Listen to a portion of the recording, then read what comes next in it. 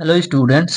तो स्वागत है आप सभी का इस वीडियो में जिसमें हम लोग पढ़ रहे थे 10th क्लास की गणित चैप्टर 1 जिसका नाम है वास्तविक संख्याएं और अंग्रेजी में बोले तो रियल नंबर्स।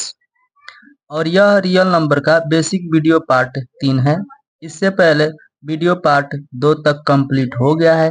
अगर आप लोगों ने उस वीडियोज को नहीं देखा है तो सबसे पहले आप लोग उन वीडियोज को देख लीजिए जिसका लिंक आपको इस वीडियो के डिस्क्रिप्शन में मिल जाएगा। तो चलिए इस वीडियो को स्टार्ट करते हैं और आज का टॉपिक है अभाज्य या ऋण संख्याएं। तो इसका डेफिनेशन हम लोग देख लेते हैं जिसे अंग्रेजी में हम लोग कहते हैं प्राइम नंबर्स। ठीक है, अभाज्य या ऋण संख्या को अंग्रेजी में क्या कहते हैं? तो प्राइम नंबर्स। ठीक है, तो इसका डेफिनेशन है वैसी प्राकृत संख्याएं जो एक या स्वयं को छोड़कर किसी दूसरी संख्या से विभाज्य न हो तो उसे अभाज्य या ऋण संख्या कहते हैं। वैसी प्राकृत संख्याएं जो एक या स्वयं को छोड़कर किसी दूसरी संख्या से विभाज्य न हो तो उसे अभाज्य या ऋण संख्याएं कहते हैं। जैसे अगर बात करें तो देखिए, जैसे में ऐसी संख्या जो एक या स्वयं को छोड़कर किसी दूसरी संख्या से विभाज्य न हो, यानी कि जैसे मान लीजिए ये 2 है तो यह 2 जो है एक से भाग देने पर कटेगा और इस स्वयं से यानी कि इस 2 से ही कटेगा। ठीक है, इसी तरह से आप 13 को कह सकते हैं। 13 को अगर लेते हैं हम लोग तो 13 एक से कट जाएगा भाग देने पर और 13 से कट जाएगा। और मान लीजिए एक और संख्या 100 यानी केवल 19 जो है, यह संख्या जो है 1 और 19 से ही कटेगा। ठीक है, तो हम लोग कहेंगे कि 19 भी क्या है? तो 19 भी अभाज्य या ऋण संख्या है। क्यों है? क्योंकि यह एक या स्वयं स्वयं मतलब ये संख्या जो है खुद से कटेगी और एक से कटेगी। उसी तरह से यह भी संख्या जो है एक से कटेगी और खुद से कटेगी, एक से कटेगी और यह भी संख्या खुद से कटेगी। तो इस तरह की संख्याओं को हम लोग नाम क्या देते हैं? तो अभाज्य या ऋण संख्या। ठीक है, तो देखिए इसका दूसरा डेफिनेशन क्या कहता है।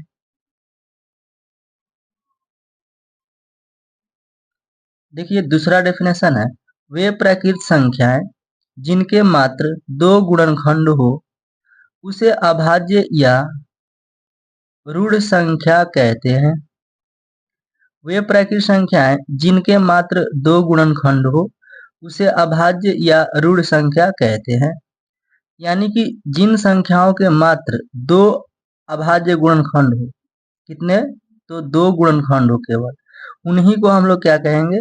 तो अभाज्य या ऋण संख्या कहेंगे। ठीक है, अभाज्य या ऋण संख्या कहेंगे। ठीक है, जैसे आप देख सकते हैं यहाँ पर 2 है, 3 है, 5, 7, 11, 13, 17, 19 डॉट डॉट डॉट, यानी कि ये संख्या समाप्त नहीं होने वाली है और अधिक संख्याएं आते रहेगी। ठीक है, तो यहाँ से आप समझ सकते हैं कोई भी इसमें से संख्या उठा लीजिए।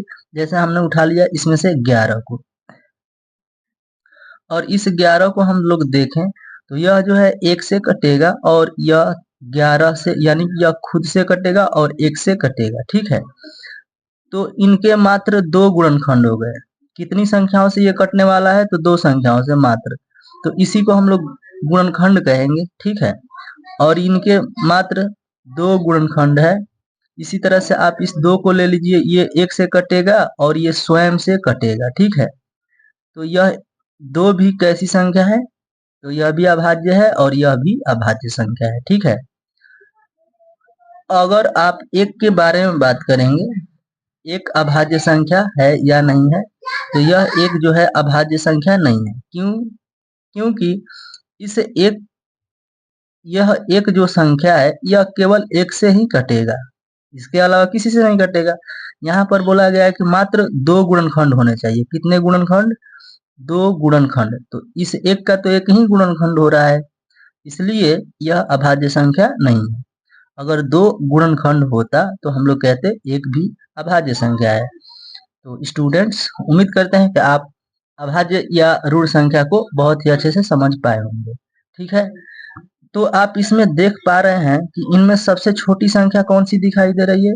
इसमें सबसे छोटी संख्या जो है 2 दिखाई दे रही है। तो हम लोग कहेंगे, और यहाँ पर ये 2 जो है यह सम संख्या भी होता है। क्या होता है? यह सम संख्या भी होता है। तो हम लोग कहेंगे सबसे छोटी तथा सम अभाज्य संख्या 2 है। यानी कि सबसे छोटी अभाज्य संख्या इसमें कौन सी है? तो 2 है। और यह सम भी होती है, तो हम लोग कहेंगे सबसे छोटी सम अभाज्य संख्या जो है 2 है। इसके अलावा कोई भी इसमें ऐसी अभाज्य संख्या नहीं आएगी जो सम हो, ठीक है ना।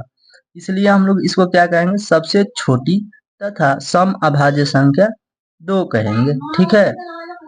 तो स्टूडेंट्स, ये था अभाज्य संख्या। चलिए अब हम लोग समझ लेते हैं भाज्य या यौगिक संख्या। देखिए स्टूडेंट्स, भाज्य या यौगिक संख्या, जिसको अंग्रेजी में हम लोग कंपोजिट नंबर्स कहते हैं, इसका डेफिनेशन है वैसी प्राकृत संख्या जो एक या स्वयं को छोड़कर किसी दूसरी संख्या से भी विभाज्य हो, उसे भाज्य या यौगिक संख्या कहते हैं।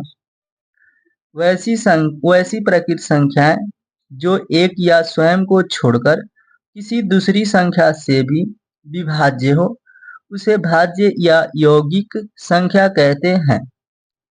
जैसे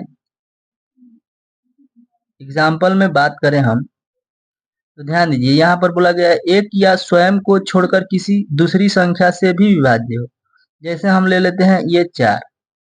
अगर आप 4 के बारे में बात करेंगे, ये 4 कौन कौन सी संख्या से कटेगा, तो यह 4 जो है 1 से कटेगा और 2 से कटेगा।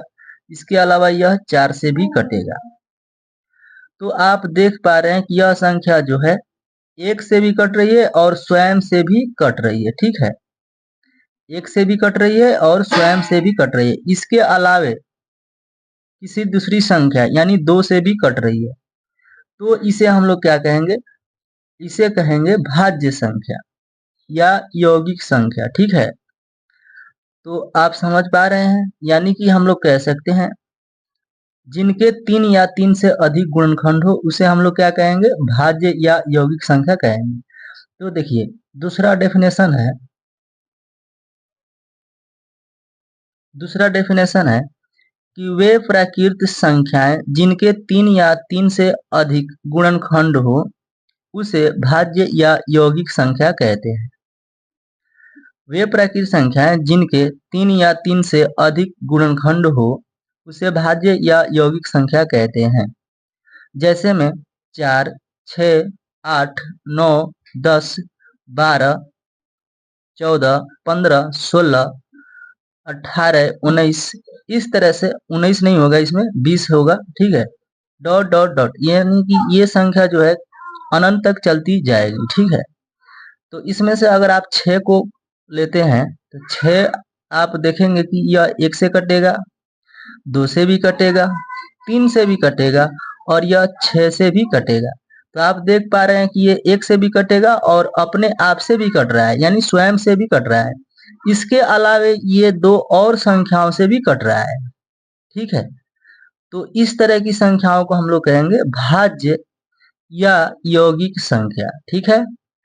आप इसी तरह से समझ पा रहे हैं 9 जो है 1 से कटेगा, 3 से कटेगा और 9 से कटेगा, ठीक है। तो यह भी 3 संख्याओं से कट रहा है। तो हम लोग कहेंगे 9 कैसी संख्या है? भाज्य है या अभाज्य है?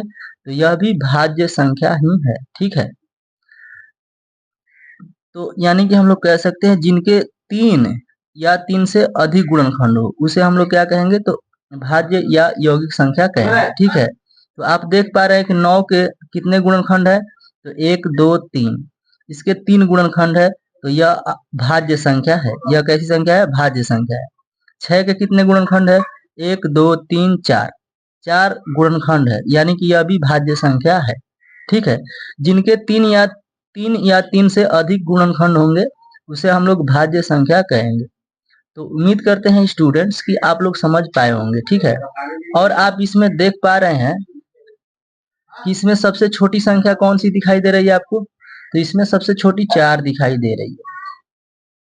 तो 4 दिखाई दे रही है, तो हम लोग कहेंगे कि सबसे छोटी भाज्य संख्या 4 है। सबसे छोटी भाज्य संख्या 4 है, ठीक है। तो स्टूडेंट्स, उम्मीद करते हैं कि आप लोग इन दोनों टॉपिक्स को बहुत ही अच्छे से समझ पाए होंगे। अगर फिर भी किसी तरह का डाउट रहता है तो आप लोग कमेंट कीजिए, जिसका जवाब हम आपको कमेंट में ही विस्तार से देने का प्रयास करेंगे। चलिए, इस वीडियो में इतना ही।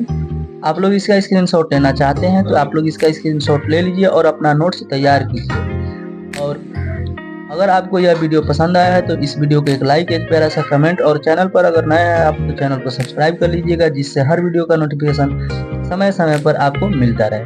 तो थैंक यू।